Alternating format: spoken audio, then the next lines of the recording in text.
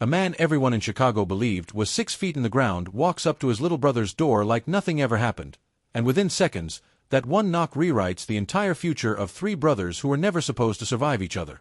This is the real story behind Victor, Reg, and Jake from the Chi, tracing their bond from Season 2 all the way through Season 8, and by the end, you'll understand why their relationship became the emotional backbone of the entire series. Before we get into the moment that changed everything, you need to understand what these 3 brothers were dealing with long before Reg supposedly died. Growing up on Chicago's South Side, Victor, Reg, and Jake didn't have anything close to a stable childhood.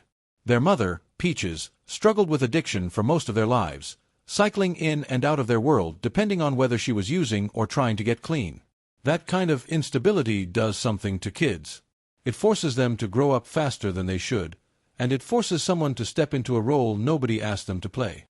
For Victor, that meant becoming the one who held things together, even when he barely had the tools to do it himself. He wasn't just an older brother. He became something closer to a parent, and that responsibility shaped every decision he'd make for the rest of his life. Reg, on the other hand, took a completely different path. Where Victor absorbed the chaos and tried to manage it, Reg reacted to it by building a reputation on the street. He wanted power, respect, and control over a life that had never given him any. That's an important distinction, because it explains almost everything that happens between these 2 brothers later on. Victor was trying to survive the past. Reg was trying to dominate the present. Those 2 mindsets were always going to collide eventually. Then there's Jake, the youngest of the 3, and in a lot of ways, the character the audience is meant to see everything through. Jake didn't choose his family's chaos. He inherited it. And for most of his early years, he bounced between the influence of Reg Street mentality and Victor's attempts to protect him from it. That tug-of-war over Jake's future becomes one of the most important threads running through the entire show, because it's not just about 2 brothers disagreeing. It's about 2 very different definitions of what it means to protect someone. Now here's where the story takes its first major turn. By Season 2, Reg is presumed dead, killed as part of the fallout from his ties to Duda and the Wild Boys, a violent chapter of Chicago street politics that consumed everyone connected to it. For Victor, that loss isn't just grief. It becomes motivation. He comes back to Chicago in Season 3 determined to do the one thing Reg never could: protect Jake properly, permanently, and legally. Victor fights for custody of his little brother, and it's not an easy road. He's up against a system that doesn't exactly bend in favor of men with his background, and he's up against Duda himself, a man with far more power and far fewer scruples. But Victor gets there. He becomes Jake's guardian, and for a while, it looks like the story might actually settle into something resembling peace. That peace doesn't last, because Reg isn't actually dead. This is the twist that redefines the entire family dynamic, and it's worth sitting with for a second, because of how it lands emotionally.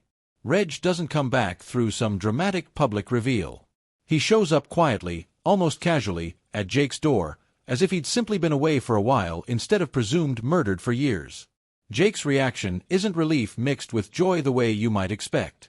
It's confusion, fear, and disbelief all tangled together, because Jake has spent years building an identity and a sense of safety around the idea that Reg was gone. Grief has a strange way of settling into people, and once it settles, resurrection doesn't automatically undo it. That's the emotional complexity this storyline captures so well. Reg coming back isn't just a plot twist.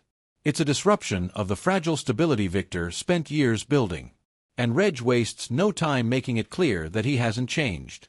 His first instinct isn't to reconnect quietly or ease back into his brothers' lives. It's to reclaim territory. He wants to meet whoever replaced Duda in the city's power structure, not out of curiosity, but because he sees Chicago's streets as something that still belongs to him. That single decision tells you everything about who Reg is at his core. Death didn't humble him. If anything, it hardened his belief that he was untouchable, that the rules everyone else lived by simply didn't apply to him the same way. This sets up the central conflict that will define the brothers' relationship for years to come. Victor represents structure, sacrifice, and the long, difficult work of building something stable. Reg represents danger, control, and the constant temptation of fast power. And caught directly between them is Jake, a teenager who loves both of his brothers but is being pulled in 2 completely opposite directions at the exact moment he's trying to figure out who he even is. It's not just sibling rivalry. It's a fight over Jake's future, playing out in real time, with real consequences. What makes this story so gripping isn't just the tension between Reg and Victor. It's the fact that neither of them is entirely right, and neither of them is entirely wrong. Victor's protectiveness sometimes tips into control. Reg's freedom sometimes tips into recklessness. And Jake is left trying to find his own identity somewhere in the middle of two brothers who both genuinely love him, even if they show it in completely different ways. That's the emotional foundation this entire storyline is built on, and it's exactly why what happens next hits as hard as it does. Once Reg is back in the picture, the show doesn't waste time easing into conflict. It throws all three brothers into a situation that immediately exposes the cracks in their relationship, and that situation is their mother's return. Peaches, going by Vanessa in this stretch of the story, shows up unannounced, and her presence alone is enough to shift the entire emotional temperature of the house. This is a woman who has been in and out of her sons' lives for years, someone whose addiction shaped every one of their childhoods in different ways. And now she's standing in Victor's kitchen on Mother's Day, offering to cook, acting like the years of absence can be smoothed over with a plate of macaroni and cheese. What's fascinating about this moment is how differently each brother processes it. Jake, the youngest, is the one who seems most willing to let her back in, maybe because he has the least emotional armor built up, or maybe because he simply craves the idea of a mother figure more than his older brothers do at this point. Reg plays along on the surface, joking, letting her cook, allowing a fragile kind of normalcy to settle over the room. But it's Victor, or Trig, who refuses to pretend. He's the one who says out loud what everyone else is avoiding, that this woman wasn't there when it mattered, that her absence didn't just hurt him, it forced him into a role he never should have had to take on as a kid. He tells her flat out that he had to raise himself, and in a lot of ways, he had to raise his brothers too. That confrontation matters because it reveals something important about Victor's character. His anger toward his mother isn't really about her specifically. It's about the years of stolen childhood that anger represents. He talks about developing what he calls a savior complex, and even though he brushes past the comment quickly, it's one of the most telling lines in the entire family dynamic. Victor doesn't just want to protect his brothers. He needs to. His sense of self is tied to being the one who holds everyone together, because for most of his life, nobody was holding things together for him. And yet, despite all that tension, the show doesn't let the moment collapse into pure bitterness. There's still love in that kitchen, messy and complicated as it is. Vanessa asks her sons for one thing before the meal ends, that no matter what happens between them, they take care of each other, unconditionally. It's a request that sounds simple on the surface, but given everything we now know about how each brother defines loyalty differently, it's almost a setup for heartbreak. Reg immediately turns it transactional, saying loyalty only matters if it goes both ways. Victor, more measured, commits to it fully. Jake, still the most idealistic of the three, just wants his family to be whole. Three different reactions to the same request, and all three will be tested before this story is done. That test comes fast. Reg's return doesn't just stir emotional tension, it brings real danger back into Jake's life. Reg has never operated with restraint, and being presumed dead for years hasn't changed that. He pulls Jake into his orbit almost immediately, treating him less like a little brother who needs guidance and more like a partner who can help him rebuild his reputation on the street. This is where Victor's fear becomes justified in real time. He's watching the exact pattern he tried to prevent start repeating itself, and he's watching it happen inside his own home. The tension between the brothers escalates into something far more dangerous when Reg, in a moment meant to prove a point about loyalty and fear, pulls out a revolver and proposes a game of Russian roulette with Jake caught in the middle of the stakes. It's a chilling scene, not because of the violence itself, but because of what it reveals about Reg's psychology. He's not just reckless. He's using fear as a tool, treating his own brother's safety as leverage in a power struggle over where Jake will live and who he'll answer to. Jake refuses to take the deal, but the fact that Reg was even willing to offer it tells you how far he's willing to go to maintain control. This isn't a man who came back from the dead humbled. It's a man who came back convinced the rules that govern normal relationships simply don't apply to him. Victor's response to all of this is where his character truly starts to solidify as the emotional center of the story. He doesn't retaliate with the same chaos Reg brings into every room. Instead, he draws a hard line. He tells Reg to leave, refusing to let his home become another extension of the same street violence he spent years trying to escape. It's a quiet kind of strength, the kind that doesn't need to prove itself through intimidation, and it stands in sharp contrast to everything Reg represents. But drawing that line comes at a cost. Family, especially family shaped by trauma the way this one is, doesn't separate cleanly.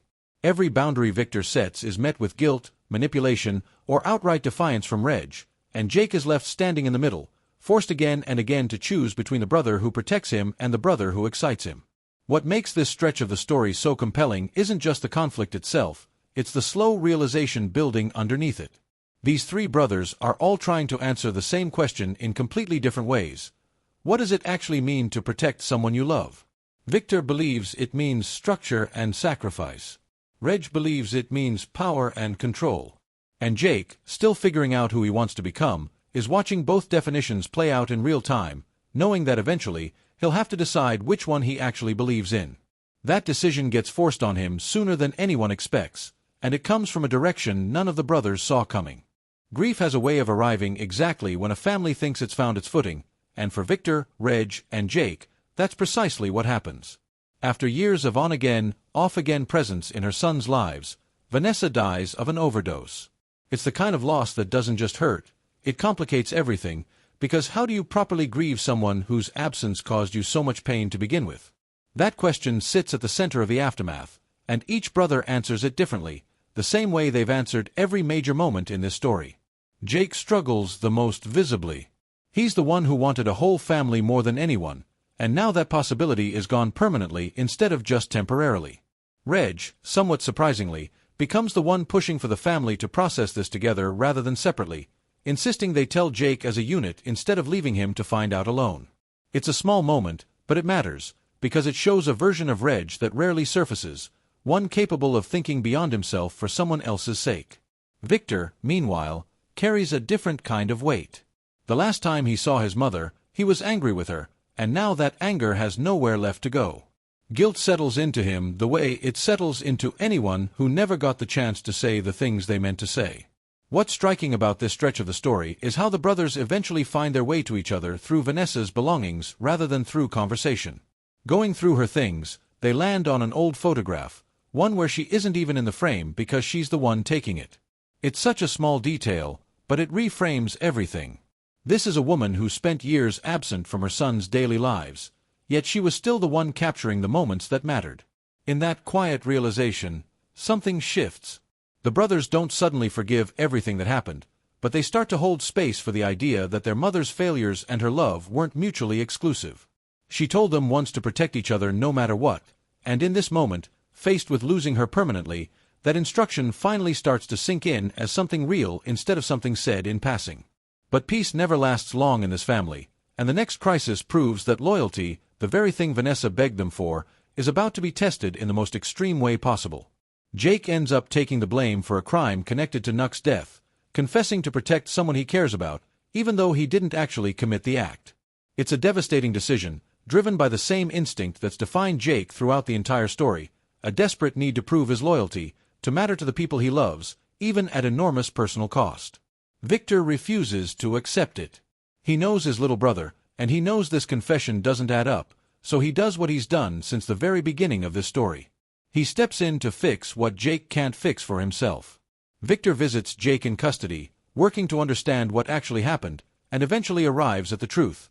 Jake is covering for someone else entirely. Rather than let his brother spend years in prison for something he didn't do, Victor makes the decision to turn himself in, telling authorities that he was the one responsible for Nuck's death, and even providing details only the real perpetrator could know in order to make the confession credible.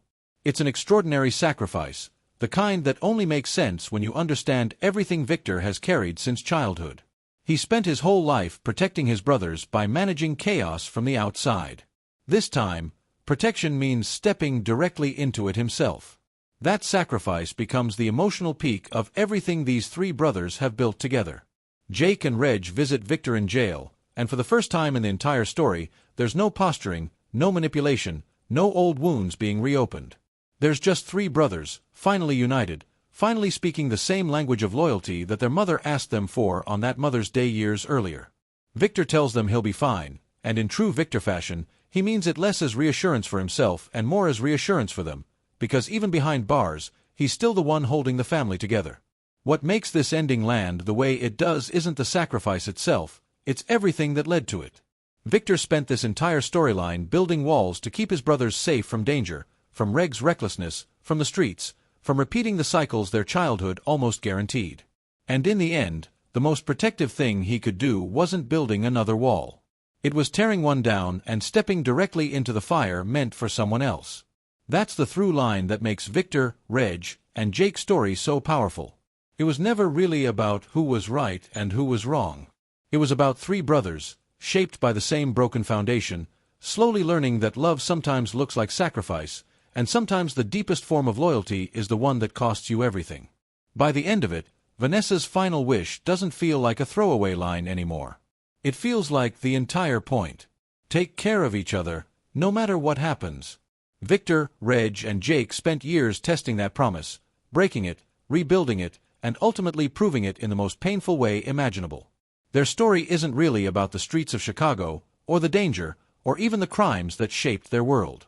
It's about what family means when nothing else in your life gives you stability, and about how the people who hurt us the most can still be the reason we learn how to love someone else fully.